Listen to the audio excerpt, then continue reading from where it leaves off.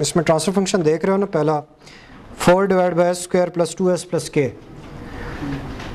अब इसके अंदर एडजस्टेबल पैरामीटर है ये के, जो के है ये एडजस्टेबल पैरामीटर। एडजस्टेबल पैरामीटर कुछ भी हो सकता है, मतलब फॉर एग्जांपल एक पोटेंशियोमीटर कहीं पे लगा हुआ है और उस पोटेंशियोमीटर की वैल्यू आप चेंज कर रहे हो, किसी सिस्टम की गेन की वैल्यू आप चेंज कर रहे हो, कहीं कोई वेरिएबल इंडक्टेंस वेरिएबल कैपेसिटेंस लगी हुई है आप उसकी वैल्यू चेंज कर रहे हो। तो ये वो पैरामीटर्स हैं जो आपके कंट्रोल में होते हैं एक सिस्टम में। और आपको पता है कि इलेक्ट्रिकल सिस्टम में जनरली आपके पास कुछ ना कुछ पैरामीटर्स हमेशा अपने कंट्रोल में होता है। तो अब होगा ये कि जब ये के चेंज होगा तो ज़ाहिर है कि सिस्टम के रूट्स चेंज होंगे, क्योंकि ट्रांसफर फंक्शन की कैरेक्टरिस्टिक इक्वेशन में के की वैल्यू मौजूद है। और एज सच जब भी के चेंज होगा साथ साथ इसके रूट्स चेंज हो जाएंगे। अब अगर मैं इस पहले ट्रांसफर फंक्शन को देखूं तो इसके अंदर के, अगर मैं आपसे क्वेश्चन करूं, यानी कि सवाल इस तरह से होगा कि आप ये बताएं कि के की क्या रेंज है कि जिसके अंदर सिस्टम स्टेबल होगा। तो आप देख के बता सकते हैं कि इसकी के की क्या रेंज होगी जिसके अंदर सिस्टम स्टेबल होगा।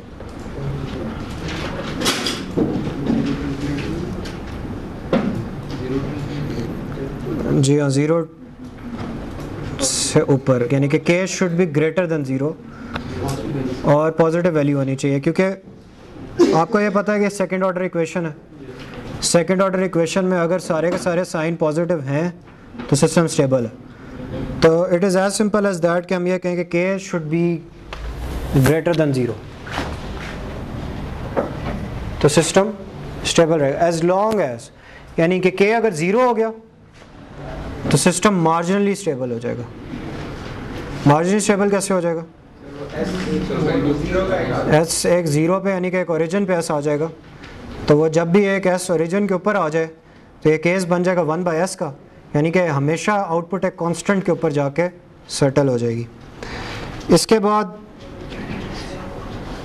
अगली एग्जांपल अगर आप देखें तो लिखा हुआ है ट्रांसफर फंक्शन 2s प्लस के divide by square plus 2 plus के इंटू एस प्लस 4। इसके अंदर के की क्या वैल्यू होनी चाहिए, क्या रेंज होनी चाहिए जिसके अंदर सिस्टम स्टेबल रहेगा? तो डेफिनेटली इसके अंदर इस पर्टिकुलर केस में 2 प्लस के इटसेल्फ सारे का सारा this should be greater than 0, तो के शुड बी ग्रेटर देन -2, यानी कि -2 से वैल्यू बढ़ी है जब तक के की तो सिस्टम स्टेबल है। तो एज सून एज -2 को टच करेगा तो ये सिस्टम मार्जिन स्टेबल और उसके बाद स्टेबल हो जाएगा। 160 के ऊपर देखें एक कैरेक्टरिस्टिक इक्वेशन दी हुई है। कैरेक्टरिस्टिक इक्वेशन है जी S4 plus 2s cube plus 4s square plus 2s plus के। अब इसके अंदर चूंकि ये एक फोर्थ ऑर्डर सिस्टम है तो मैं ये नहीं कह सकता कि के की वैल्यू बस यहाँ पे पॉजिटिव कर दें तो पूरे का पूरा सिस्टम जो है वो स्टेबल हो जाएगा। अब इस पर्टिकुलर सिनेरियो में आपको क्या करना पड़ेगा? आपका रूथ हर्विट्ज़ लगानी पड़ेगी। रूथ हर्विट्ज़ लगाने के बाद फर्दर आप ये देखोगे कि उसका जो फर्स्ट कॉलम है, जैसा कि इसको आप देखो ना, इसने S4 की इस इक्वेशन को रूथ हर्विट्ज़ लगाया हुआ है 1 4 k 2 2 3 k 6 - 2 k divide by 3 और k पे नज़र आ रहा है। इसके अंदर पहला कॉलम क्या होना चाहिए? साइन चेंज कोई भी नहीं होनी चाहिए अगर सिस्टम में कोई RHP नहीं है। तो अगर साइन चेंज कोई नहीं होनी चाहिए तो उसका मतलब ये है कि 6 - 2 k डिवाइड बाई 3 जो है this should be positive and के शुड बी पॉजिटिव। तो ये दो लिमिट्स साइमल्टेनियसली लग गई इसके ऊपर, तो आप इनको साइमल्टेनियसली सॉल्व कर लो। आपके पास आ जाएगा 0 इज़ लेस देन के इज़ लेस देन 3, यानी कि जब तक वैल्यू 0 और 3 के दरमियान रहेंगी सिस्टम स्टेबल रहेगा, अदरवाइज सिस्टम अनस्टेबल हो जाएगा। ये इसके बाद आप आ जाएं चैप्टर नंबर 4 पे, पेज 254।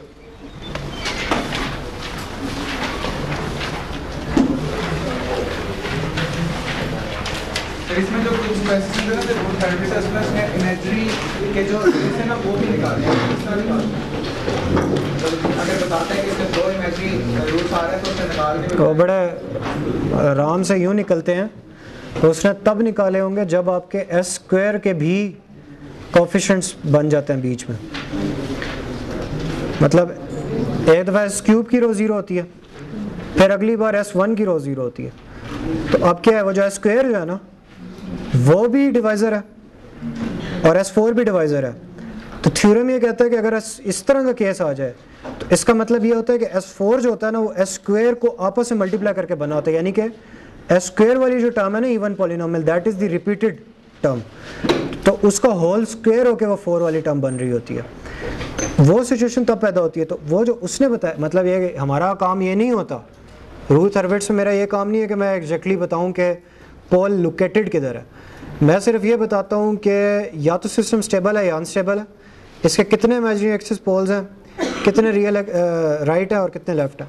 हाँ अलबत्ता ये है कि एक और जो इसकी एक्सटेंडेड एप्लीकेशन है जो कि हमने अभी डिस्कस की है, वो ये है कि लेट्स से कि आपको एक ऐसे एडजस्टेबल पैरामीटर के बारे में पता हो जो कि इक्वेशन के अंदर आ रहा है। नाउ यू डोंट नो कि इसकी रेंज में क्या रखूँगा तो सिस्टम स्टेबल रहेगा, या फिर फॉर एग्जांपल एक ऐसा पॉट है जिसको आप घुमा रहे हो और एक पॉइंट पे जाके अचानक सिस्टम अनस्टेबल हो जाता है और इसी तरह दूसरी साइड पे एक अचानक हो जाता है। अब आपको पता नहीं चल रहा कि यार ये क्यों हो रहा है, तो उसका जो आंसर है ना, यानी कि मैथमेटिकली वो इस तरह निकल सकता है कि के की एग्जैक्ट रेंज वो आपको बता दे कि इस रेंज में आप ऑपरेट करोगे जब तक तो सिस्टम स्टेबल होगा, अदरवाइज स्टेबल हो जाएगा। और यही वजह है कि ये जो मैंने आज आपको ये जो सेक्शन करवाया रह गया था पहले, ये सेक्शन मैंने इसलिए कराया है कि यही फ़र्क है इसमें और जो हम अभी करने जा रहे हैं उसमें। जो हम अभी करने जा रहे हैं उसको हम कहते हैं रूट लोकस, और वो ये करता है कि वो आपको ये बता देता है कि रूट्स चेंज कैसे होंगे। देखो ना अभी क्या है, अभी हमने ये बात की कि के चेंज होगा तो रूट्स चेंज होंगे, यानी कि के की वैल्यू मैंने बढ़ाना शुरू की, रूट्स कहीं और चले जाएंगे। कहाँ चले जाएंगे वी डोंट नो। लेकिन जो रूट लोकस है ना वो एक्चुअली पूरे का पूरा ग्राफ है, एक विजुअली आपको दिखाता है कि अच्छा के की ये वैल्यू है, रूट्स यहाँ पे गए, फिर के और बढ़ा दिया यहाँ पे चले गए, और फिर लेट से 2 रूट्स हैं तो वो इकट्ठे यूँ जा रहे हैं और फिर यहाँ से डाइवर्ज कर गए, कैसे किए। तो जो सारी की सारी पिक्चर है ना वो रूट लोकस क्लियर करेगा। तो रूट लोकस आप यूँ कह लो कि रूथ हर्विट्ज का एक बड़ा भाई है और आपको ज़्यादा क्लीन पिक्चर देगा और आपको ज़्यादा बेहतर पोजीशन में ला देगा कि जहाँ पे आप डिसीजन ले सकते हो कि आपने के की क्या वैल्यू रखनी है एग्जैक्टली। अभी तो आपको ये पता ना कि मैं के की ये वैल्यू इस रेंज में रखूँगा सिस्टम स्टेबल, आपको ये नहीं पता कि के की क्या वैल्यू रखूँगा तो सिस्टम बेस्ट स्टेबल होगा, सिस्टम के ये कैरेक्टरिस्टिक्स होंगे, ये नहीं पता, वो आपको रूट लोकस बताएगा। तो वही हम चैप्टर पे आए हैं, चैप्टर नंबर 4 पे। अच्छा अब हम लोग जो है ना पहले देखें, ये इसके आज के लेक्चर के 3 हिस्से होंगे। सबसे पहले हम एक सादा सा न्यूमेरिकल करेंगे।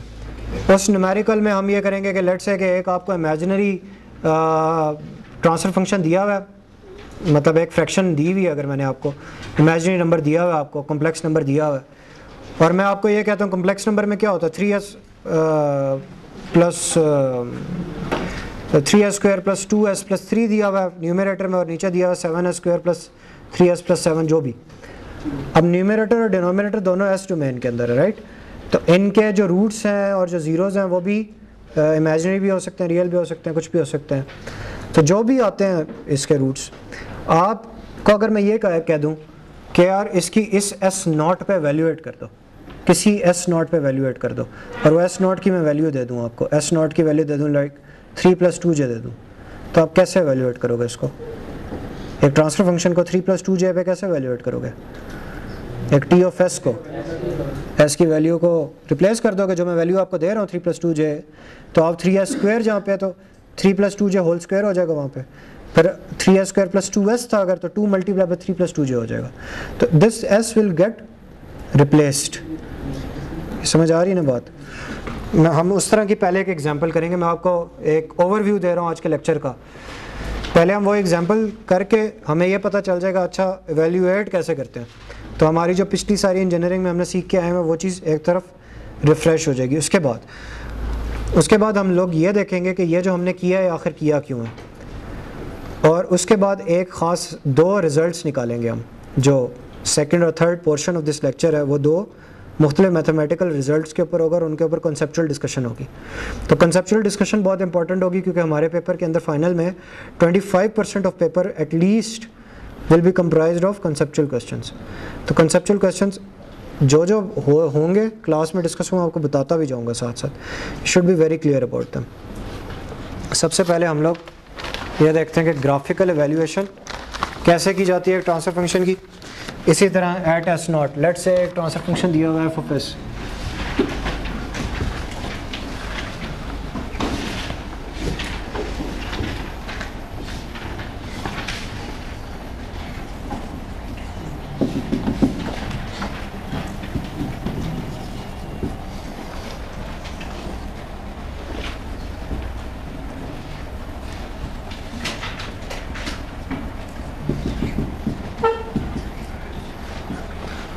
अच्छा, अब इसमें कितना ऑर्डर है ज़ीरोज़ का? m ज़ीरोज़ है और n पोल्स हैं, और हमेशा कंट्रोल सिस्टम्स की पूरी बुक में यही कन्वेंशन रही है और रहेगी आगे भी। नाउ हम लोगों को ये करना है कि लेट से हमें इससे एफ ऑफ एस को एवेल्यूएट करना है, सॉरी एफ ऑफ एस को s is equal to S naught पे।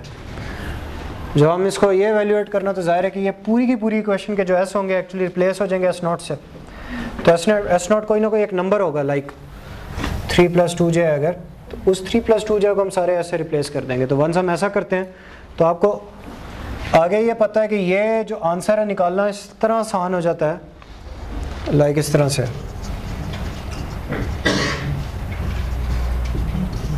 ये इक्वेशन अगर इसको मैंने s is equal to S naught के ऊपर एवेल्यूएट करना है तो ये क्या हो जाएगा, 3 + 2j whole square plus 2 into 3 + 2j plus 1। तो इस पूरी चीज़ को मैं सॉल्व कर सकता हूँ ना, और मेरे पास इवेंचुअली जो भी टर्म आएगी, लेट्स से 4 + 6j अगर आ जाती है तो मैं इसको a एंगल थीटा की फॉर्म में भी लिख सकता हूँ। सो this is the actual form. तो ट्रांसफर फंक्शन होता क्या? ट्रांसफर फंक्शन ये चीज़ होती है ना कि एक सिस्टम को आर ऑफ एस मिल रही है और ये इस सिस्टम का ट्रांसफर फंक्शन ब्लॉक है, इसकी मैथमेटिक्स है और इसकी ये आउटपुट है। तो आपको एक टाइम पर ट्रांसफर फंक्शन एस डोमेन में पता चल रहा होता है ना, अगर आपने इसको कोई एक ख़ास फ्रीक्वेंसी फीड करनी है, एस क्या है वैसे, what is S? J omega है कि नहीं, जे ओमेगा। और अगर आपको ट्रांसफर फंक्शन दिया हो और मैंने आपको ये कहूँ कि ये आपके पास एस प्लेन है सारे का सारा, यानी कि ये इमेजिनरी एक्सिस है, ये रियल एक्सिस है, और आप इस इमेजिनरी पे इस पॉइंट के ऊपर इस ट्रांसफर फंक्शन को एवेल्यूएट करो तो आप क्या मालूम कर रहे होगे एक्चुअली? अगर ये पॉइंट 2j है तो आप क्या मालूम कर रहे होगे? आप actually omega is equal to 2 radians per second के ऊपर इस पूरे सिस्टम का रिस्पांस मालूम कर रहे होगे। ठीक है, तो ये जब आपने फ्रीक्वेंसी रिस्पांस मालूम करना तो फ्रीक्वेंसी रिस्पांस इसका प्योर इमेजिनरी एक्सिस पे चलता जाता है ऊपर तक। तो आपके कोई भी फ्रीक्वेंसी आपने 10 रेडियंस पे चेक करना है, 100 रेडियंस पे चेक करना है, तो आप इस पूरे ट्रांसफर फंक्शन के s को उतने j से रिप्लेस कर दो और मालूम कर लो। तो आपके पास क्या आएगा, मतलब लेट से अगर मैंने इसके ऊपर इसको एवेल्यूएट किया तो ये हो सकता है कि ये आए। समझ रहे हो बात? ये पुरानी चीज़ें हैं, आपने पहले भी की होंगी, लेकिन ये बात तो क्लियर है ना आपको कि आप इस चीज़ को एवेल्यूएट अगर 2j के ऊपर करो तो आपके पास इस तरह का आंसर आ सकता है। फिर आप 3j के ऊपर करो तो हो सकता है कि आपके पास 0.48 एंगल 90 आ जाए। तो आपको इससे ज़्यादा इन्फॉर्मेशन भी नहीं एक्चुअली चाहिए होती ना, आपको एक फ्रीक्वेंसी पे ये पता चल गया कि इस ब्लॉक का गेन ये है और इसका फेज़ ये है, तो आपको पता है कि जो आने वाली इनपुट है वो आउटपुट पे कैसे दिखेगी मुझे, बस ये चीज़ इंपॉर्टेंट होती है। So this is the most practical information जो कि आपको एक ब्लॉक की मिल सकती है, और ये आपने मालूम करना होता है। तो आप अगर आपके पास एक ट्रांसफर फंक्शन है तो आप कैलकुलेटर के ऊपर एनालिटिकली आप मालूम कर सकते हो उसको। Now what about graphical method, यानी कि ग्राफिकली भी क्या मालूम किया जा सकता है? तो ग्राफिकली कैसे मालूम किया जा सकता है? ग्राफिकली इस तरह मालूम किया जा सकता है कि लेट्स से कि ट्रांसफर फंक्शन गिवन है,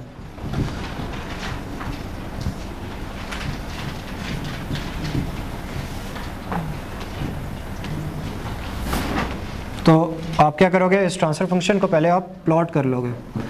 प्लॉटिंग किसको कहते हैं? प्लॉटिंग इसको कहते हैं कि -3 पे एक ज़ीरो होगा, -4 पे एक पोल होगा और -7 पे दूसरा पोल होगा।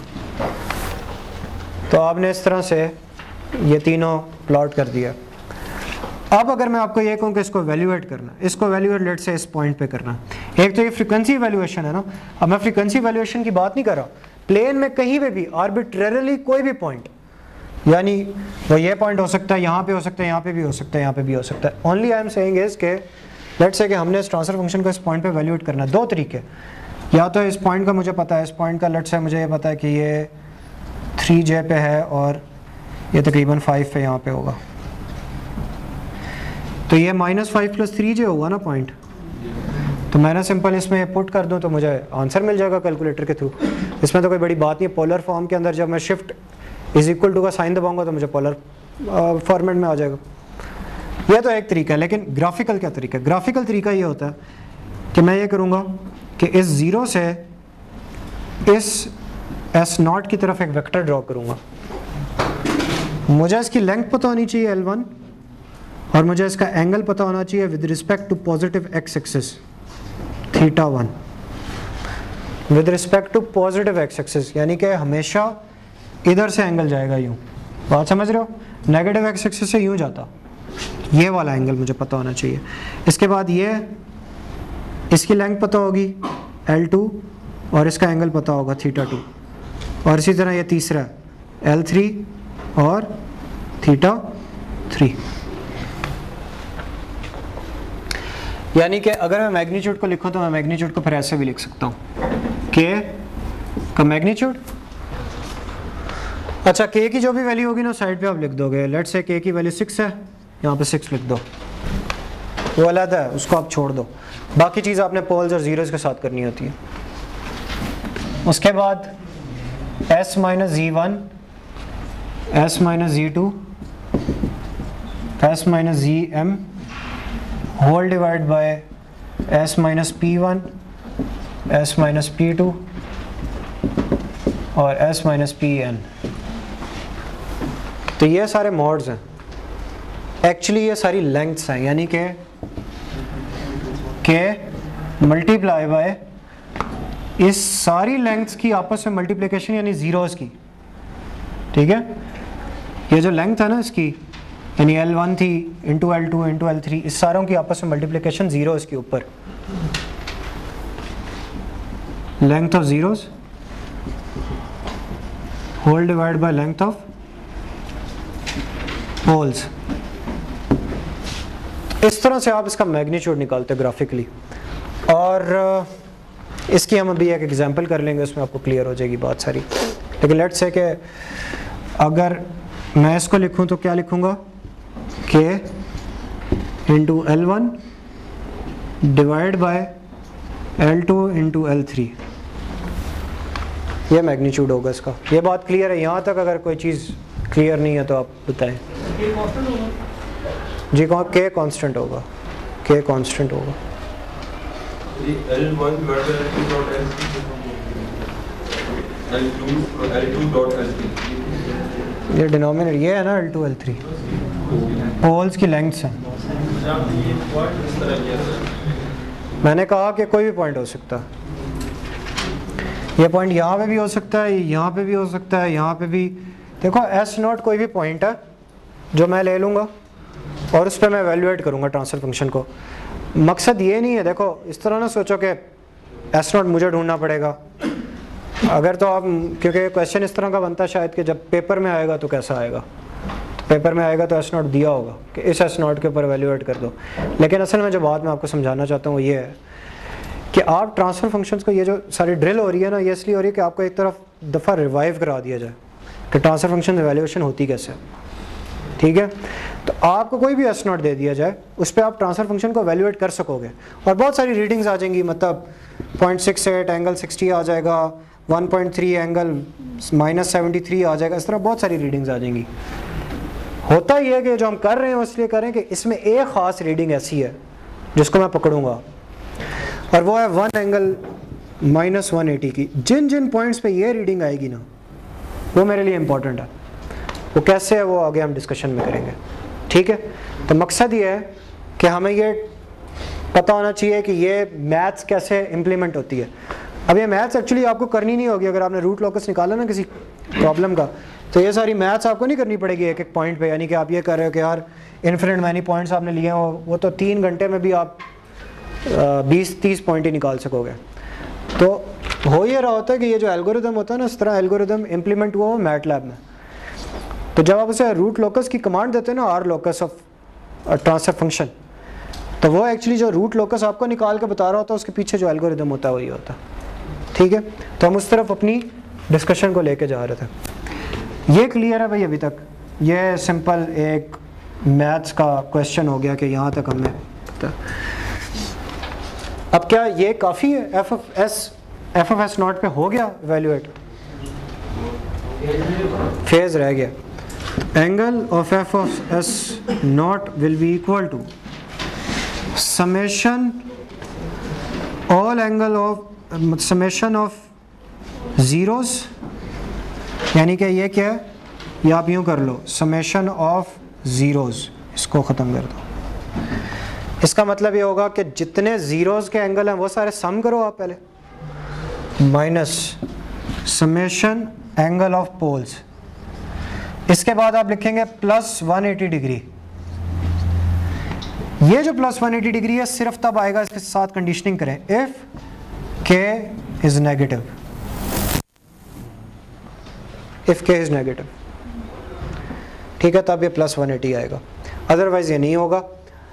तो वंस मुझे ये पता तो मैं इसमें क्या लिख सकता हूँ, θ1 माइनस θ2 प्लस θ3, और क्योंकि 6 जो था वो पॉजिटिव था तो मुझे उसको 180 ऐड करने की ज़रूरत नहीं है। अगर ये -6 होता तो इसमें मैं 180 भी ऐड करा होता। यहाँ तक बात क्लियर है, इसमें तो कितनी बड़ी बात नहीं है। अब हमें प्रॉपर एग्जांपल सॉल्व कर लेते हैं ताकि हमें तरीके भी आ जाएं जो इसके, आप लोग परेशान होंगे कि कईयों को भूल गया होगा कि tan इन्वर्स वगैरह कैसे लेंगे और वगैरह वगैरह, तो वो भी देख लेते हैं एक दफ़ा।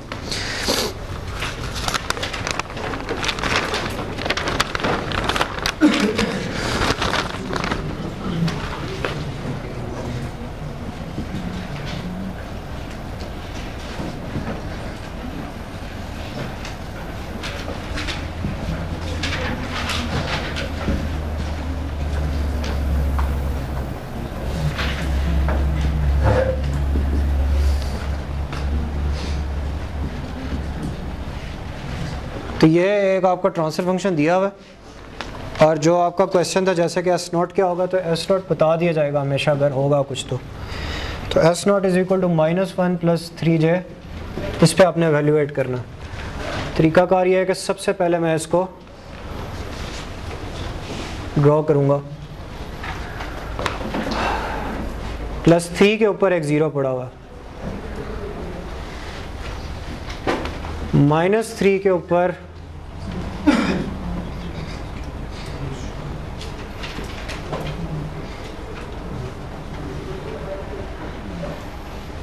दो पोल्स पड़े हुए हैं, और -1 के ऊपर रिपीटेड पड़ा हुआ है, और जो पॉइंट मालूम करना है दैट इज़ दिस वन। इसको हम कम्प्लीटली ब्लैक एंड आउट कर देंगे जस्ट टू शो कि ये पॉइंट एवेल्यूएशन पॉइंट है, ठीक है। So this is hollow and this is completely black and out, तो एस नॉट फुल ब्लैक होगा और ये खाली होगा। अब आपका ज़ाहिर है कि आप ये मालूम करना चाहते हो एफ ऑफ एस नॉट का magnitude, this will be equal to K की वैल्यू लेते हैं इसमें, let's say -6 into S -3,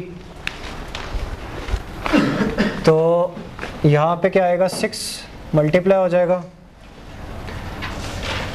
L1 से डिवाइडेड बाय, अब L1 क्या है,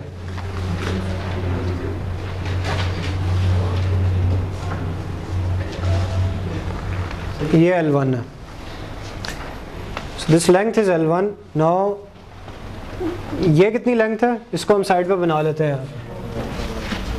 ये पॉइंट है, ये 0 है, ये पॉइंट से मालूम करना है ये कितनी लेंथ है, 4, हाइट कितनी है 3, तो ये लेंथ कितनी होगी 5, ठीक है। ये वैसे तो हर एक को याद ही होता है कि 4 square plus 3 square whole under root 5 का इक्वल होता है, अलबत्ता ये जो चीज़ आई है यूँ आई है, ठीक है, हाइपोटेन्यूस मालूम करने का तरीका। So this is 5, L1 is 5. What is the angle? This angle theta will be tan inverse 3/4. That is 38 degree something. 36.86. तो एक्चुअली ये एंगल चाहिए मुझे नहीं, मुझे ये एंगल चाहिए, दिस इज लाइक 143 डिग्रीज। अच्छा, अब मुझे ये चीज़ पता चल गई, ये कम्प्लीटली इवेल्यूएट हो गया, 1 0। अब मेरे पास 4 पोल्स हैं और जो मुझे इवेल्यूएट करने हैं। सबसे आसान ये वाला है, इसकी ये जो हाइट है दैट इज़ 3, एंगल इज़, ये 2 हैं, ठीक है, ये 2 दफ़ा रिपीट हुए हैं, और ये और इसका एंगल। इसी तरह आप इसके निकालोगे, ये 2 इसकी लेंथ होगी और इसकी हाइट क्या होगी 1, तो ये आपके पास आ जाएगी 26.56 इसका एंगल होगा, और इसकी लेंथ है 2.23। इसी तरह ये नीचे वाला, इसकी लेंथ है जनाब 5.4 और इसका एंगल जो है वो है 68.19। ठीक है, तो ये सिंपल है, सिंपल ट्रिग्नोमेट्री है। यहाँ तक आप देख लें इसको, कोई क्वेश्चन हो तो बताएं।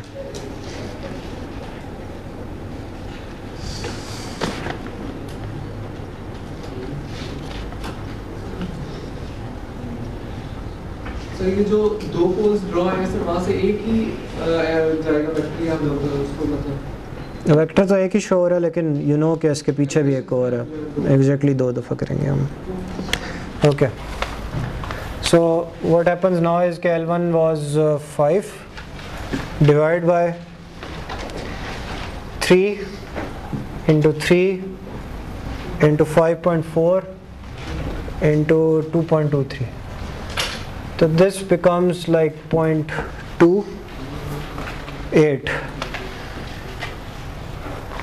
or angle of f of s naught is equal to 143 minus 90 plus 90 plus 26.56, sorry, plus 68.19, ये सारे प्लस हो गए, और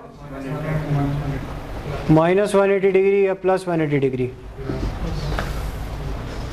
नहीं मैं ये कह रहा हूँ माइनस 180 या प्लस 180 को फ़र्क नहीं पड़ता, और इसलिए नहीं पड़ता क्योंकि जब आप यहाँ से आते हो ना इस पॉइंट पे, तो ये प्लस 180 का एंगल है, और इससे जब आते हो तो ये माइनस 180 का, तो it is the same point. ठीक है, तो बहरहाल ये आपने जब सॉल्व किया तो आपके पास 48 डिग्री आंसर आ गया। नाउ यू नो कि दिस इज़ 0.28 एंगल 48, ये एवेल्यूएशन है, this is F of S not, या इसको आप यूँ भी लिख सकते हो।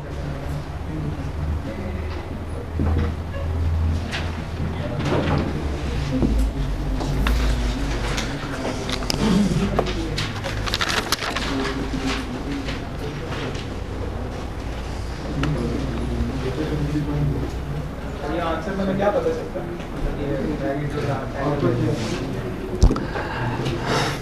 इससे इसका मैग्नीट्यूड पता चल गया, एंगल पता चल गया ना इस पॉइंट पे।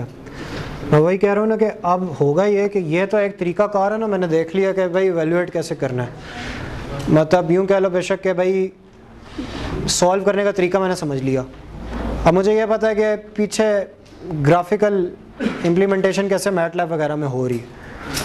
अब मैं आगे जो चीज़ शुरू करने लगा हूँ ना, वो इम्पोर्टेंट टॉपिक है, उससे आपका कॉन्सेप्ट निकलेगा कि आखिर ये क्यों हम कर रहे हैं।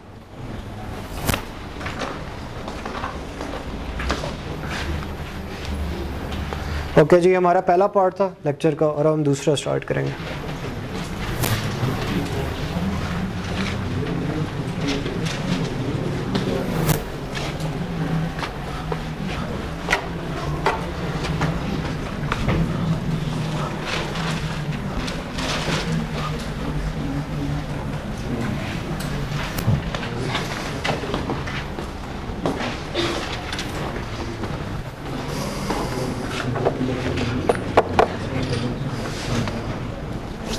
अच्छा, अब आपको ये पता है कि लेट से कि एक सिस्टम है हमें दिया हुआ,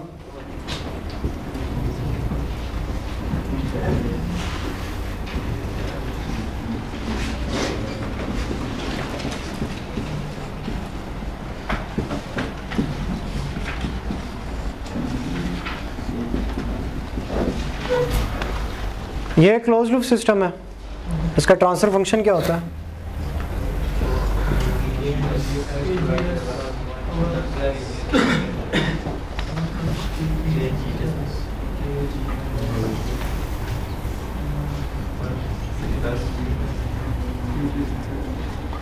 ठीक है, तो ये इसका क्लोज लूप ट्रांसफर फंक्शन बनता है। ये अगर प्लस हो जाएगा या माइनस हो जाएगा एंड वाइस वर्सा। ठीक है, ये पता है ना सारों को? क्या अगर लेट्स से कि मैं इसका एक ओपन लूप ट्रांसफर फंक्शन लिखूं, आउटपुट मैं यहाँ से लूँ और यहाँ से ब्रेक कर दूँ इस पॉइंट से,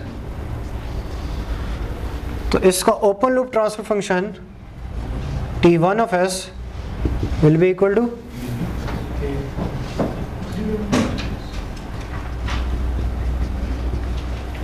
ठीक है। अब ये एक क्लोज लूप हो गया और ये ओपन लूप हो गया।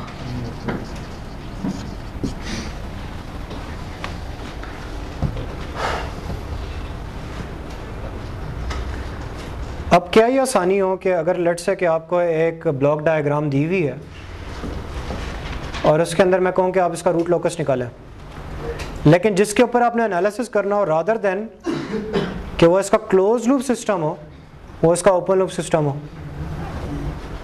यानी कि एनालिसिस आप ओपन लूप पे कर रहे हो, यानी अगर हो सकता है ना मैं इस पे एनालिसिस करूं और रिजल्ट इसके बारे में आ रहा हो ऑटोमेटिक, तो क्या आसानी पैदा होगी?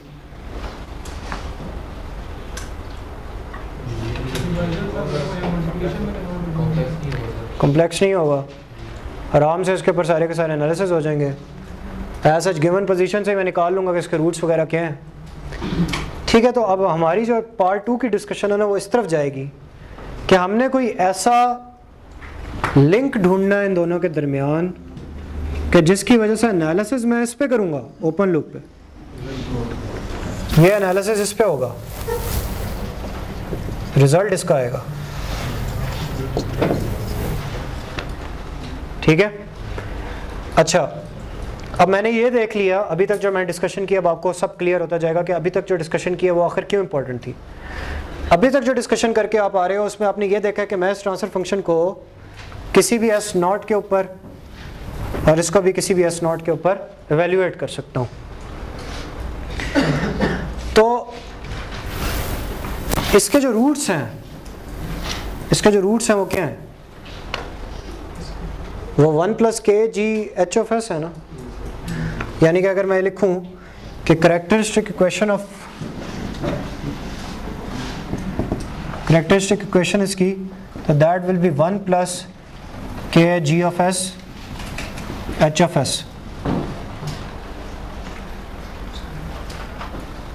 तो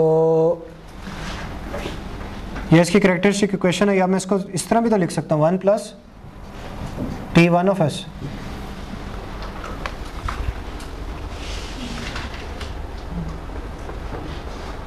ठीक है, ये बात आपको समझ में आ रही है? ये कैरेक्टरिस्टिक इक्वेशन एक्चुअली एक तरह से ओपन लूप का ट्रांसफर फंक्शन है, +1 करके ओपन लूप का ट्रांसफर फंक्शन है। अब पॉइंट इंपॉर्टेंट ये है कि एस नॉट पे अगर मैं इस कैरेक्टरिस्टिक इक्वेशन को यानी कि 1 + kgh इसको मैं एस नॉट ऐसे के ऊपर एवेल्युएट करूं जो कि इसका रूट हो, तो ये इक्वेशन किसके इक्वल आ जाएगी? 0 के। अगर आप किसी इक्वेशन के अंदर उसका रूट डाल देंगे ना, किसी भी पॉलिनोमियल में उसका रूट की वैल्यू डाल देंगे ना, तो उस पूरे पॉलिनोमियल की वैल्यू क्या हो जाएगी? 0 हो जाती है। और इसी वजह से आप देखो हमेशा जब भी आप रूट्स मालूम करते हो तो किसी भी पॉलिनोमियल को इक्वल टू 0 रखते हो तो आपके पास रूट्स आते हैं। तो इससे आप क्या देख रहे हो? इसका मतलब ये है कि ऐसा एस नॉट जो कि रूट है सिस्टम का, क्लोज लूप सिस्टम का रूट है, तो वो इस इक्वेशन को 0 कर देता है। इसका मतलब ये भी तो है कि एक ऐसा एस नॉट, अगर मैं उस एस नॉट से इस T1 को वैल्यूएट कराऊं तो इसकी वैल्यू -1 आनी चाहिए फिर।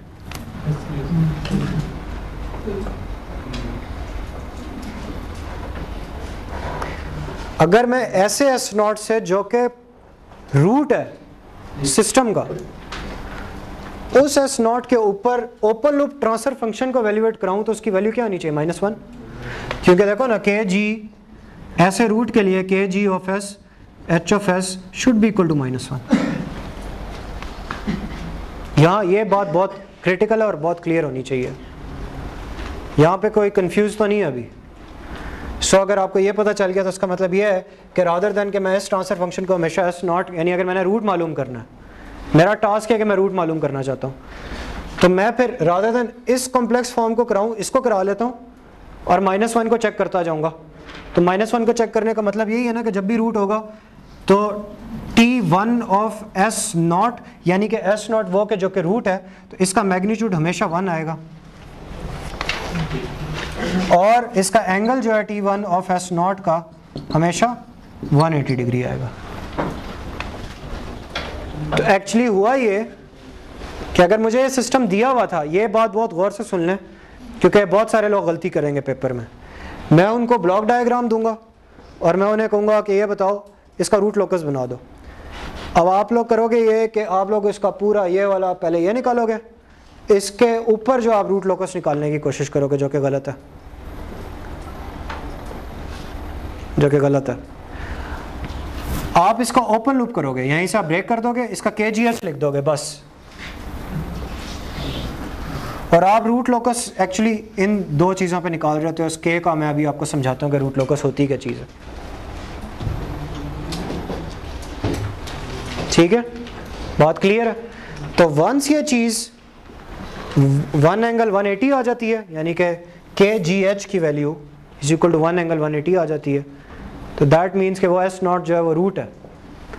तो इस वजह से मैं यूँ कर सकता हूँ कि अगर मेरे पास ये पूरा प्लेन था, मेरे पास KGH था और उस KGH को मैंने पकड़कर इस सारे के सारे उसके ऊपर टेस्ट किया और मुझे ये पता चल गया लेट्स से कि ये एक पाथ है भाई जिसके ऊपर 1 एंगल 180 आती है हमेशा वैल्यू, तो ये सारे के सारे रूट्स हैं,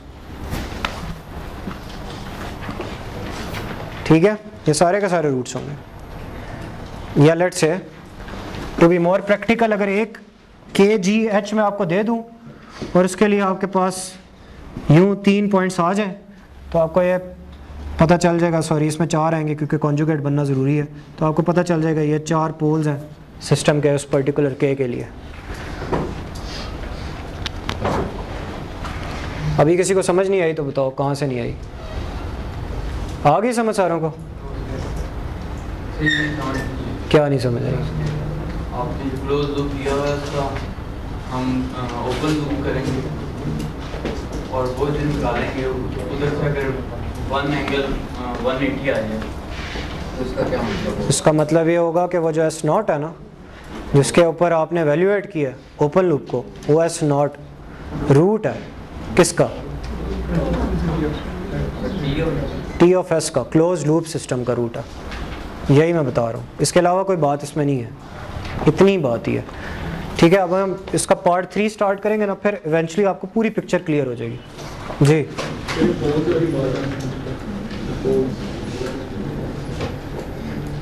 यार पोल्स वाली कहानी अभी छोड़ दो, मैं अभी आपको और समझाता हूँ। अभी आपको जितना मैंने अभी पढ़ाया ना, उसके अंदर सिर्फ ये बात आपको अहम पता होनी चाहिए यहाँ तक कि अगर आप क्लोज लूप सिस्टम के पोल की वैल्यू को पुट करोगे, किसके? क्लोज लूप के पोल की वैल्यू को पुट करोगे इनटू ओपन लूप सिस्टम, तो उसकी वैल्यू हमेशा -1 आएगी। बस इतनी बात थी, ये बात क्लियर है? यहाँ तक क्लास क्लियर है ना सारी? अब हम पार्ट 2 स्टार्ट करते हैं ना, फिर हम दोनों को जब मिलाएंगे ना, फिर आप सारे क्वेश्चंस पूछ लेना।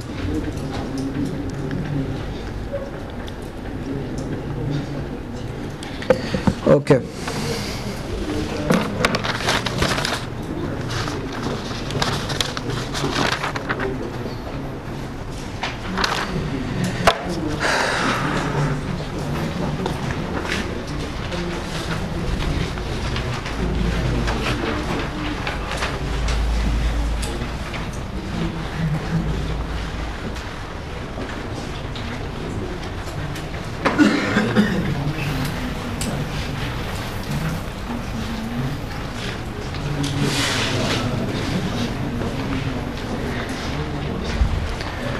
अच्छा, अब एक और आपको डेरिवेशन लगेगी, लेकिन वो भी एक कॉन्सेप्चुअल बात है कि हम अब इसके ऊपर एक और कंडीशन डालेंगे जिससे हमें ये पता चलेगा कि असल में होगा यूँ है। देखो रूट लोकस होता क्या, पहले हम थोड़ा सा वो समझ लेते हैं, उसके बाद हम ये वाली डेरिवेशन कर लेते हैं।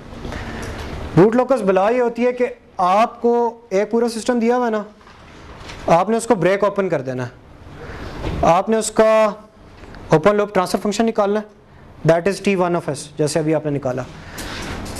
इसके आपने लेट्स से T1 किसी सिस्टम का आपको दिया हुआ है,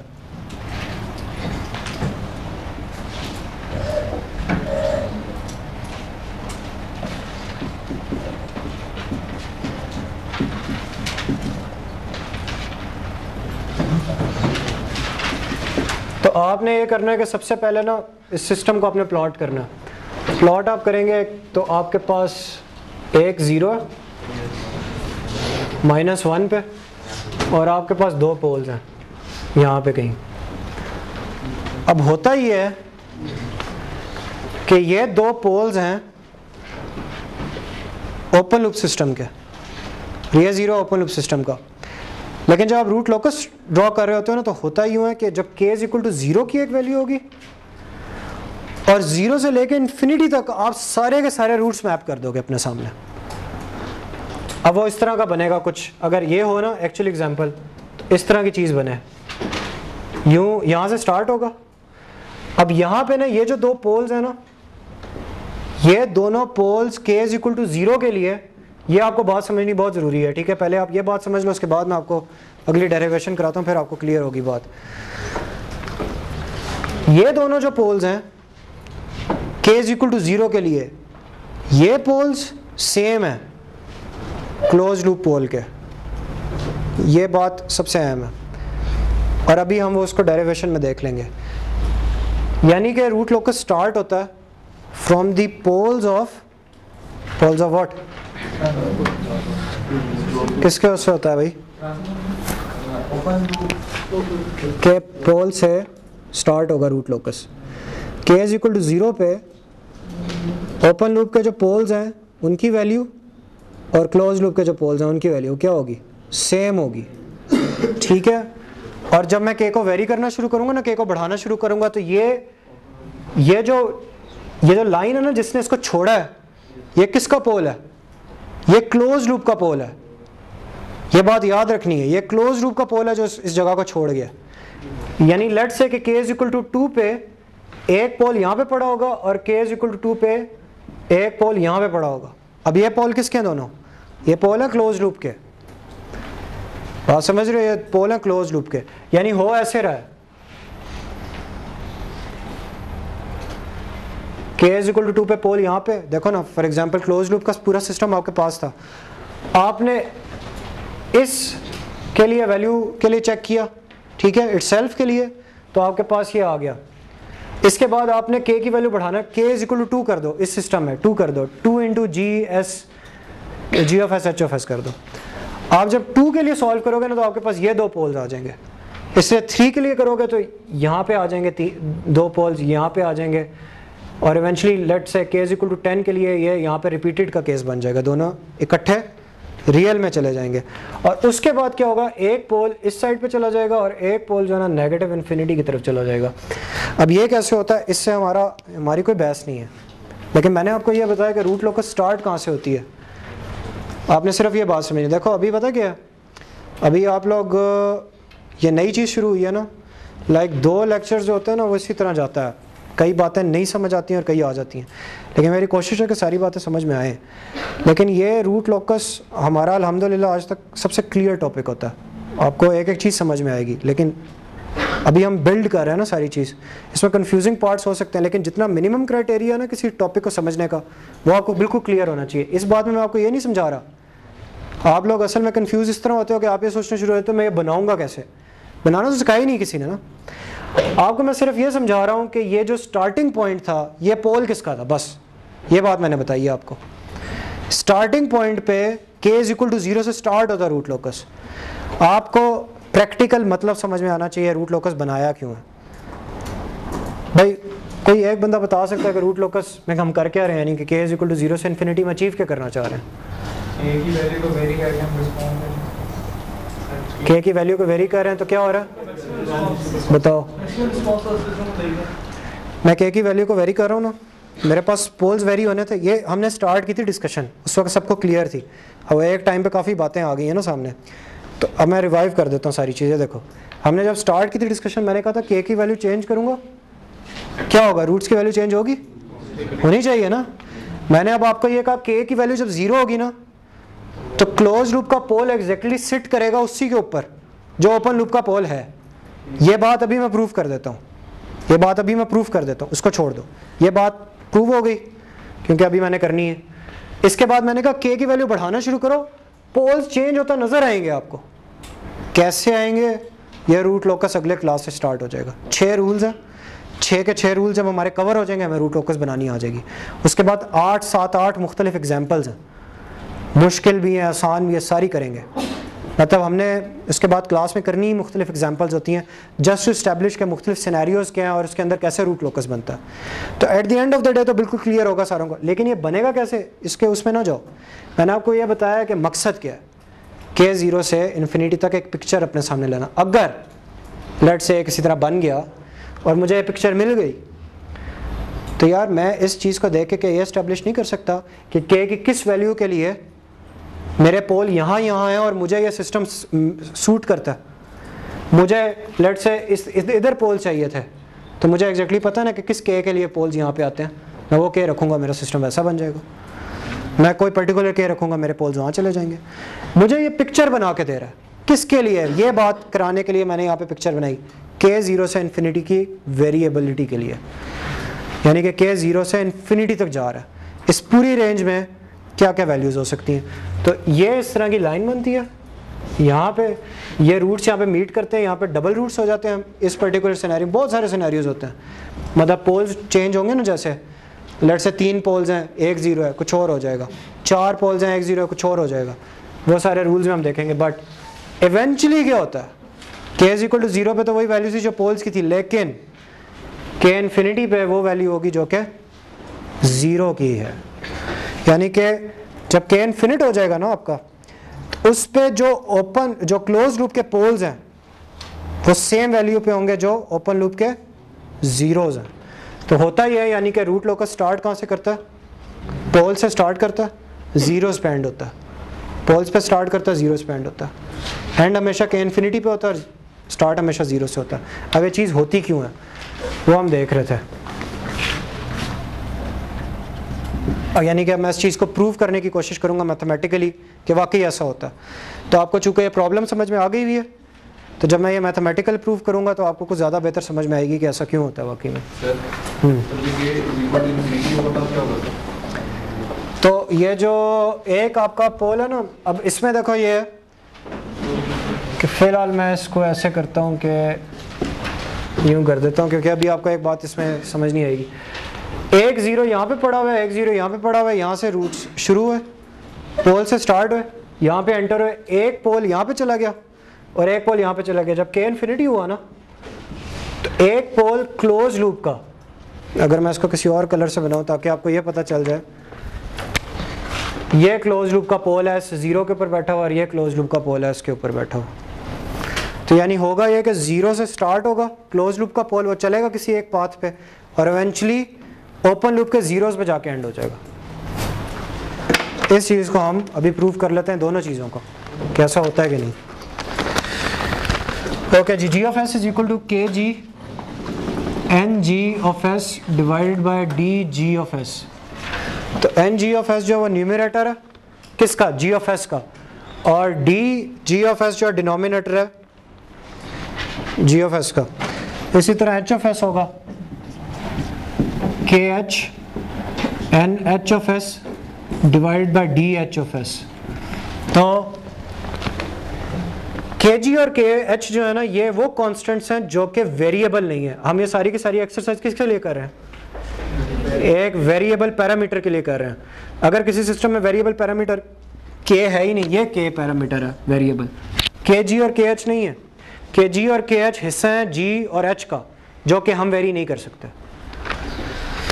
तो आप ओपन लूप ट्रांसफर फंक्शन जब लिखोगे तो that will be K G of S H of S should be equal to K G K H N G N H divide by D G और डी एच।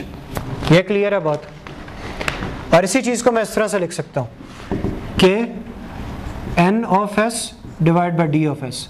तो N of S क्या हो गया? Numerator हो गया किसका? Open loop transfer function का। n of s is the numerator of open loop transfer function, d of s is the denominator of open loop transfer function।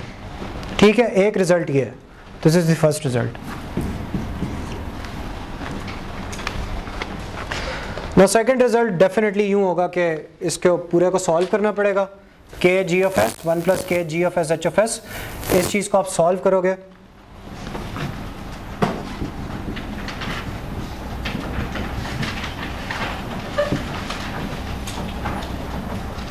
ये उल्टा हो गया।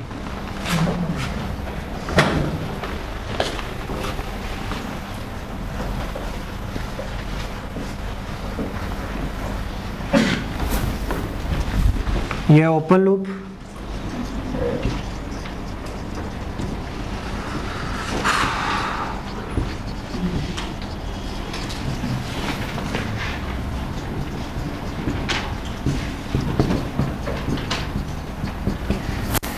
इसमें सिंपल आपने ये करना है कि जी ऑफ एस की जो टर्म थी ना ये वाली, इसको और इसको, इन दोनों को इसके अंदर पुट कर देंगे आप। और जब आप इसको सॉल्व करेंगे ना तो बल्कि एक स्टेप मैं और भी कर देता हूँ ताकि आपको क्लियर हो जाए।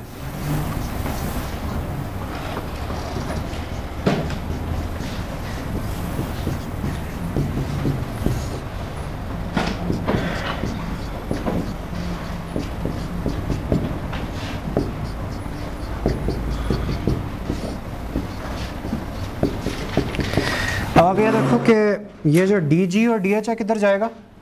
इधर आ जाएगा ना। तो D G D H plus के और ये हो जाएगा। तो ये इसका क्या बनेगा? डिनोमिनेटर क्या चेंज हो जाएगा? ये सारी की सारी चीज़ जो है ना इस तरह बन जाएगी।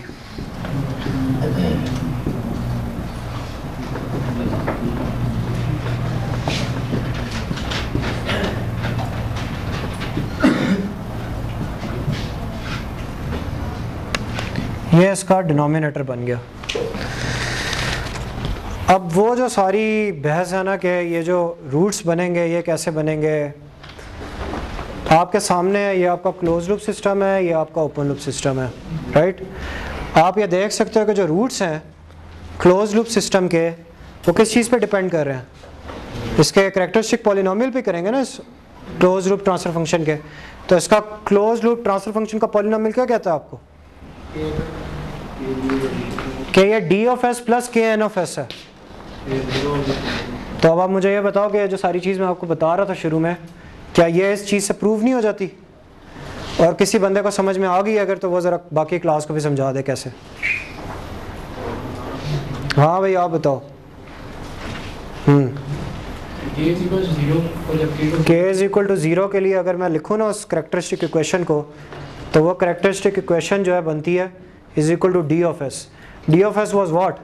D of S was the denominator of open loop. तो यानी कि के जब 0 है तो करेक्टरिस्टिक पॉलिनोमियल किस चीज़ की? क्लोज लूप की। क्लोज लूप की करेक्टरिस्टिक पॉलिनोमियल इक्वल हो गई किसके? डिनोमिनेटर ऑफ ओपन लूप के।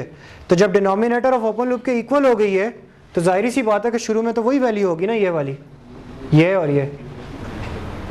यानी कि क्लोज लूप का पोल भी वही होगा जो कि ओपन लूप का पोल है फॉर के इज इक्वल टू 0। इसी तरह के इन्फिनिटी के लिए आपके पास करेक्टरिस्टिक पॉलिनोमियल जो है वो बन जाएगी के एन ऑफ एस। यानी कि जो न्यूमरेटर है किसका? ओपन लूप का, उसके जीरोस के ऊपर कन्वर्ज कर जाएंगे सारे के सारे पोल्स। तो यानी कि के 0 पे आपका क्लोज लूप सिस्टम के जो पोल्स होते हैं, क्लोज लूप के पोल्स होते हैं। ये देखो एक बात बहुत ध्यान में रखने वाली है, ये फिक्शन नहीं होती, ये स्टोरी नहीं होती कि जिसको आप दिमाग पे बोझ दिए गए बगैर सुनते रहोगे। ठीक है, लेक्चर जो होता है ना हमेशा हार्ड ऑन ब्रेन जाता है। आपको एफर्ट करके एक एक वर्ड को सुनना होता है। It is just like a puzzle. अगर आप एक स्टेटमेंट को सिर्फ यूँ सुनोगे कि जैसे आप कोई ड्रामा देखते हो, एक मूवी देखते हो जिसमें आप जहन से जोर नहीं दे रहे होते, आपको नहीं समझ आएगी। मैं कोई 30 दफ़ा ये चीज़ यूँ रिपीट कर चुका हूँ, क्लोज लूप के और ओपन के। अगर बंदा इसको साथ साथ समझे ना और उसी वक्त क्वेश्चन कर ले समझ ना आए तो उसको बिल्कुल क्लियर हो जाए बात उधर ही। उतनी देर ज़्यादा लगेगी जितना आप बर्डन आज कम दोगे जहन को। हो सकता है आप दूसरे लेक्चर में समझ आए, तीसरे में जाके समझ आए। जो बर्डन देंगे आज ही, उन्हें आज ही समझ आएगी। वो मेरे ख्याल में 10-12 लोग होंगे क्लास में, ज़्यादा भी हो गए तो ठीक है। लेकिन अब मैं रिपीट करूँगा सारी की सारी कहानी को। So please be with me. हम यहाँ से ख़त्म करके दोबारा से वहाँ से स्टार्ट करेंगे, फिर यहाँ तक आते हैं, ठीक है। एक रीकैप देंगे सारी सिचुएशन को। तो किसी को नहीं समझ आई तो वहीं पे पूछे कि यार ये बात, क्योंकि दोनों पार्ट्स हमने ख़त्म कर दिए, जो बाकी 2 रह गए थे। यानी ये थर्ड पार्ट का इख्तिताम है, जिसके ऊपर हमने ये प्रूव कर दिया कि k = 0 के लिए क्लोज लूप के जो पोल्स होते हैं वो सेम होते हैं जो ओपन लूप के पोल्स होते हैं। तो वंस आपने ओपन लूप ट्रांसफर फंक्शन मैंने आपको दिया हुआ और आपने ओपन लूप ट्रांसफर फंक्शन बना दिया, ये बनाया ना आपने ओपन लूप शुरू में, तो आपने शुरू में ये बनाया था, एक 0 यहाँ पे, एक 0 यहाँ पे, एक पोल यहाँ पे, एक पोल यहाँ पे, यही था ना, ये 4 थे। इसका मतलब ये हुआ कि अगर मैं आपसे ये पूछ लूँ कि k = 0 पे करैक्टरिस्टिक पोल्स क्या हैं, आप कहोगे यार ये और यही हैं बस।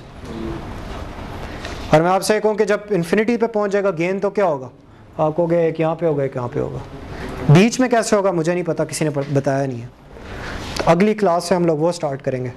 लेकिन आज तक जो बातें हमने कुछ स्टैब्लिश की हैं वो ये हैं, नंबर 1 कि रूट लोकस होता क्या। तो कोई बंदा ज़रा इस पे एलैबोरेटिव किस्म का, एलैबोरेटिव मैंने उस दिन लिखा था, मुझसे लोग पूछते रहे एलैबोरेटिव क्या होता, तो एलैबोरेटिव किस्म का आंसर क्या दे सकता थोड़ा सा क्लास को, जिससे समझ आ जाए रूट लोकस होता क्या। ये रूट लोकस कहते किसे हैं? हाँ, रूट लोकस सिर्फ इतनी चीज़ का नाम है। अगर मैं आपको कह रहा हूँ ना, पहले आपने सबसे पहले इस चीज़ को समझना होता है मैं कर क्या रहा हूँ। देखो ना, एक कोर्स पढ़ लिया और इसमें यही ना पता है न्यूमेरिकल मुझे करना आता है, लेकिन ये क्यों करता हूँ मैं, जब तक यही ना पता हो तो कोई फ़ायदा नहीं है। अब मैं आपसे कह रहा हूँ रूट लोकस बनाना है। रूट लोकस कहते हैं इन ब्रांचेस को, ये जो ब्रांचेस जा रही हैं ना, इनके ऊपर एरो हेड्स भी होते हैं, इनकी डायरेक्शन पता होती है, फिर ये यहाँ पे जाएगी, ये सारी ब्रांच रूट लोकस है, ठीक है। ये रूट लोकस है। और रूट लोकस क्या हुआ, यानी कि root locus is the position of roots as K varies from 0 to infinity, that's it. तो ये कॉन्सेप्चुअली पता होना चाहिए आपको। नंबर 1 बात यह है कि ये बात क्लियर होनी चाहिए कि रूट लोकस होता गया। उसके बाद मैंने बात यह की कि आपको क्वेश्चन पेपर में इस तरह का एक ब्लॉक डायग्राम आ जाएगी, आपको एक आ जाएगा भाई इसके रूट लोकस बनाओ। आप इसके रूट लोकस बनाओगे कैसे? आप दो काम कर सकते हो इस टाइम पे, एक गलत है एक ठीक है। गलत ये है कि आप इसका क्लोज लूप ट्रांसफर फंक्शन निकालो और उसके रूट लोकस निकालना शुरू कर दो, जो कि गलत है। और दूसरा तरीका यह है कि आप यहाँ पे इसको ब्रेक ओपन करो और इसका सिंपल KGH निकाल लो और उस पर रूट लोकस निकालो, जो कि ठीक है। तो आप क्या कर रहे होते हो कि KGH पे नहीं GH पे, क्योंकि K को तो वेरी करके चेक कर रहे हो ना आप, तो GH के ऊपर आप सिंपल रूट लोकस बना रहे होते हो और वो K वेरी हो रहा होता है इटसेल्फ। तो अगर तो K कांस्टेंट हो जाएगा ना, लेट्स से K3 है अगर, तो फिर सिर्फ ये 2 पॉइंट्स आएंगे, ये वाला और ये वाला, ये 2 रूट्स आएंगे बस। लेकिन ये पूरी की पूरी चीज़ का शो कर रही है एज K वेरीज। तो अगर K की कोई एक वैल्यू रखोगे तो ये 2 पोल्स हो जाएंगे सिस्टम के बस। यानी कि सिस्टम कुछ ऐसा बनेगा, एक पोल यहाँ पे और एक पोल यहाँ पे, दैट्स इट। ये सिस्टम के पोल्स बैठे होंगे। तो ये इसका ओपन लूप ट्रांसफर फंक्शन था। इसको हम लोगों ने वो जो पहले पार्ट नंबर 2 में हमने डिस्कशन किया, उसमें हमने ये एस्टेब्लिश किया कि भाई ओपन लूप के ट्रांसफर फंक्शन में सिर्फ ये देख लो कि जहाँ जहाँ रूट की लोकेशन बनेगी ना, वहाँ वैल्यू क्या आएगी, ओपन लूप की वैल्यू क्या आएगी, -1 आएगी। तो ओपन लूप की -1 वैल्यू आएगी। इसका मतलब ये है कि जो पॉइंट्स S0 के रूट लोकस का हिस्सा हैं, यानी रूट लोकस का हिस्सा है अगर, तो उसका मतलब क्या है कि वो रूट्स हैं किसके, क्लोज लूप के। जो भी क्लोज लूप के रूट्स हैं, अगर क्लोज लूप के रूट्स डाले जाएं ओपन लूप के अंदर, ये सिर्फ बात आप समझ लेना, सारी कहानी क्लियर हो जाए। क्लोज लूप के रूट्स आप डालें ओपन लूप के अंदर तो आंसर -1 आना चाहिए, दैट्स इट। तो -1 का मतलब ये कि 1 एंगल 180 डिग्री। और अभी ये बात आपको नहीं समझ आ रही होगी, अच्छा इसके बाद तो आपने कहीं पे चेक ही नहीं किया कि 1 एंगल 180 आता है कि नहीं आता। तो अभी जब मैं अगले लेक्चर से स्टार्ट करूंगा ना आपको रूट लोकस के सारे रूल्स बताना, तो आप खुद देखोगे कि हर रूल ही इसके ऊपर बेस्ड है, 1 एंगल 180, 1 एंगल 180। तो आप उसको सॉल्व करते हो उस तरह से, आपको पता चल जाता है 1 एंगल 180 के ऊपर कैसे वो रूल बना हुआ है। वंस रूल ही 1 एंगल 180 पे बना हुआ है, तो जब आप उस रूल को इंप्लीमेंट करोगे तो जाहिर है उससे आने वाला पॉइंट भी तो वही होगा ना, जो 1 एंगल 180 को सेटिस्फाई करेगा। एक रिजल्ट ये था जो कि इंपॉर्टेंट था। तो यानी कि इस पूरी डिस्कशन से हमने ये रिजल्ट निकाला कि KGH should be equal to -1 अगर S naught is a part of the root of the close loop system, that's it. ये बात आपको पता है, पार्ट 2 आपको क्लियर है इस लेक्चर का। फिर हम पार्ट 3 पे आ जाते हैं। पार्ट 3 में हमने क्या देखा कि जब K की वैल्यू 0 होगी तो जो क्लोज लूप के पोल्स हैं वो ओपन लूप के पोल्स होंगे। ये चीज़, ये डिस्कशन कंप्लीट करती है। और दूसरी बात हमने ये देखी, जब K इन्फिनिटी हो जाएगा तो जो ओपन लूप के जीरोज हैं वो वही होंगे जो कि क्लोज लूप के पोल्स होते हैं। हमने आज ये डिस्कशन की है। प्लीज़ फॉरगेट इट कि आप एक रूट लोकस पूरी ड्रॉ कैसे करोगे, that is beyond your scope, ठीक है ना। तो जो आज हमारे स्कोप में था वो ये था कि हम लोगों ने ये बनानी कैसे। अब इसमें कोई मज़ीद क्वेश्चन है तो आप बताएं। सर ओपन लूप कैसे सर लिखा था आपने, ओपन लूप का फंक्शन कैसे लिखा है? मुझे भी समझ नहीं आया तुम्हारा क्वेश्चन, दोबारा करो। सर जब आपने 3 पे निकाल दिया तो सर HFS खत्म क्यों नहीं हुआ, मतलब मल्टीप्लाई कितना? ये देखो, ये मेरी डेफिनेशन है ना, ये मेरी डेफिनेशन है। अगर तो तुम ये कहोगे कि जी YFS के हिसाब से आप ओपन लूप निकालें, इसमें लॉजिक नहीं है, ये कंस्ट्रेंट है आपके ऊपर।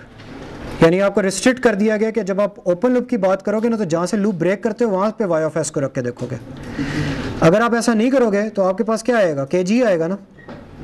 अब आप इसका नुकसान देखो, KG आएगा ना, KG के साथ आप मिलके, KG के साथ आप कोई भी रिलेशनशिप नहीं कायम कर सकते एक क्लोज लूप ट्रांसफर फंक्शन के साथ। आप KGH के साथ आप क्लोज लूप ट्रांसफर फंक्शन की कर सकते हो। सो यस, टेक्निकली अगर आप प्रिसीजन के साथ बात करो तो ये गलत चीज़ है कि जी KG होना चाहिए, फिर KGH नहीं होना चाहिए। लेकिन हमने जो डिफाइन किया ना open loop transfer function, that is KGH। यानी जहाँ से ब्रेक हुआ है लूप, वहाँ से ब्रेक कहाँ से हुआ है, जहाँ से समेशन में फीडबैक इन होती है, जहाँ से फीडबैक इन होती है वहीं से आपने ब्रेक करना है और वहीं से आप डिफाइन करोगे एक ओपन लूप ट्रांसफर फंक्शन को। अगर आप ऐसा नहीं करोगे तो फिर तो आप डेफिनेशन को वायलेट कर रहे हो ना। फिर दोनों के दरमियान में जो वो सिमेट्री बनती है ना वो नहीं बन पाएगी। फिर ये जो इज इक्वल टू -1 वगैरह आप ढूंढ रहे हो ना वो नहीं मिलेगा आपको, तो प्रॉब्लम है उसमें। यानी आपने यूँ नहीं देखना कि इस पे मैथ्स का कोई लॉजिक नहीं है इस पे। यार बड़ी अजीब बात है, 20 मिनट पहले आपकी क्लास उनके ख़त्म हो गई हो तो बड़े क्वेश्चंस करते रहे थे, और कोई क्वेश्चन नहीं है। मैंने तो कुछ नहीं छोड़ा, सब कुछ पढ़ा दिया आपको। चलो फिर मज़े करो, और क्या हो सकता है। अच्छा हाँ, मैंने उनको एक बात जो बताई थी, 10 मिनट उसमें लग गए होंगे।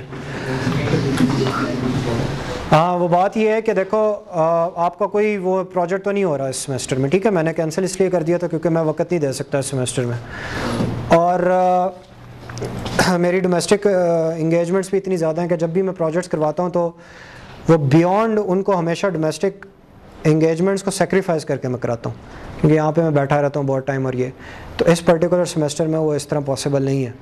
इस वजह से मैंने कैंसिल कर दिया। जब आप चीज़ें मंगवाएंगे और आपको सपोर्ट ही मौजूद नहीं है तो उसका फ़ायदा कोई नहीं है ना। तो आपने देखें इंडस्ट्रियल ऑटोमेशन आ रहा है, इंडस्ट्रियल ऑटोमेशन में तो प्रोजेक्ट के बगैर कोर्स ही नहीं होता। मतलब उसका कंट्रोल सिस्टम से थियोरेटिकल कोर्स है, इसके अंदर हम लोग जो है फोर्स करके प्रोजेक्ट को डालते हैं। फोर्स करके इसलिए डालते हैं ताकि जब आप इंडस्ट्रियल ऑटोमेशन में जाओ तो आप बड़े वेल प्रिपेयर्ड हो। इंडस्ट्रियल ऑटोमेशन की सारी मुख्तलिफ़ किस्म के सेंसर्स और इस तरह की चीज़ों से आपको कोई डर शर ना लगे, आप आराम से कर लो। लेकिन इंडस्ट्रियल ऑटोमेशन तो भाई नहीं होता बग़ैर प्रोजेक्ट के, और एटलीस्ट 40% की वेटेज होती है प्रोजेक्ट की। अब मसला ये है कि आपके क्लास के अंदर 4 ग्रुप्स हैं, यानी कि तकरीबन 20-22 बंदा है जो कि NERC कर रहा है, और अनडाउटेडली NERC एक इंतहाई मुश्किल काम होता है, कोई बच्चों का खेल तो होता नहीं है। उसके अंदर एक सिस्टम नहीं, उसके अंदर 4 या 5 मुख्तलिफ सिस्टम जो होते हैं ये बेचारे हैंडल कर रहे होते हैं। तो आपको प्रोजेक्ट तो मिलेगा बाकी सारी क्लास को भी, और बेहतर यह है कि जो आपने पहले प्रोजेक्ट प्रपोज किया है आप वही प्रोजेक्ट ले लो अगले सेमेस्टर के लिए। तो इसमें बेहतरी यूँ है कि ये लोग तो अपना सिस्टम बना रहे हैं NERC वाले, इनके पास एटलीस्ट बेस मौजूद होगी, ऊपर का सिस्टम चल रहा होगा इनके पास, क्योंकि एंड ऑफ दिस सेमेस्टर तक अगर थीम आ जाती है ऊपर का सिस्टम मैंने बनवा लेना इनसे। यानी कि आप ये एक्सपेक्ट करो कि जब ये अगले कोर्स में आएंगे तो इनके पास ऊपर के सिस्टम भी चालू होंगे। तो अब आप तब शुरू करोगे, इसलिए आप तब ना शुरू करो ना। ये मैंने इस सेमेस्टर से अगर लोड हटा दिया तो उसका मतलब ये तो नहीं है ना कि आप काम ही नहीं करो, अगर नंबर नहीं है तो आप काम नहीं करोगे, ये तो कोई बात नहीं। आप इंजीनियर्स हो, आप सब ने एक प्रपोज़ल दिया, आपने जो प्रपोज़ल दिया, आपने जो सेंसर बाहर से मंगवाना था आप अभी मंगवा लो और उसको कुछ ना कुछ सीधा कर लो, मतलब उसे रीडिंग्स लेना शुरू कर दो एटलीस्ट ना, अपने तौर पे। मैं कोई आपको फोर्स नहीं कर रहा, किसी ने नहीं करना ना करे, क्योंकि इंडस्ट्रियल में तो करना पड़ेगा और उसके नंबर अच्छी खासी वेटेज होगी। तो इंडस्ट्रियल में ग्रेड जो है ना बिल्कुल फारिग हो जाएगा अगर प्रोजेक्ट ना चल सका तो एक तो ये कोर्स था भी ऐसा ना, अगर ये कोर्स ऐसा होता कि जिसके अंदर मैं प्रोजेक्ट हर हालत में मुझे कराना होता तो मैं करवाता, लेकिन मेरी ऑब्लिगेशन नहीं है, कंट्रोल सिस्टम में मेरी कोई ऑब्लिगेशन नहीं है कि मैं प्रोजेक्ट कराऊँ, इससे मैंने नहीं कराया। लेकिन वहाँ पे मेरी ऑब्लिगेशन है, मेरी ड्यूटी है, मुझे हर हालत में प्रोजेक्ट कराना है, अदरवाइज़ वो कोर्स कंप्लीट नहीं होता। इस वजह से जिन्होंने जो सेंसर्स मंगवाने थे अभी मंगवा लें इन ही दिनों में, तो एटलीस्ट ये हो कि जब इस सेमेस्टर ख़त्म हो उनके पास सेंसर मौजूद हो, छुट्टियों में थोड़ा बताओ सेंसर से रीडिंग शीडिंग ले लें, ताकि जब नया सेमेस्टर शुरू हो तो मैं कोई ठीक प्रोजेक्ट दे के उनको वो उस पर काम शुरू कर दें। ठीक है, बात समझ में आ रही है? टाइम ज़ाया नहीं होना चाहिए ना फालतू में। आप वेट करोगे, आप अगले सेमेस्टर में आ जाओगे, आपके पास आपका सेंसर मौजूद नहीं होगा, फिर आप उसको सीधा करते रहना और पहले वो आएगा तो फिर बड़ा टाइम लगेगा। Thank you. ये अटेंडेंस लगा लें, एक बंदा अटेंडेंस शीट रोल कर दो।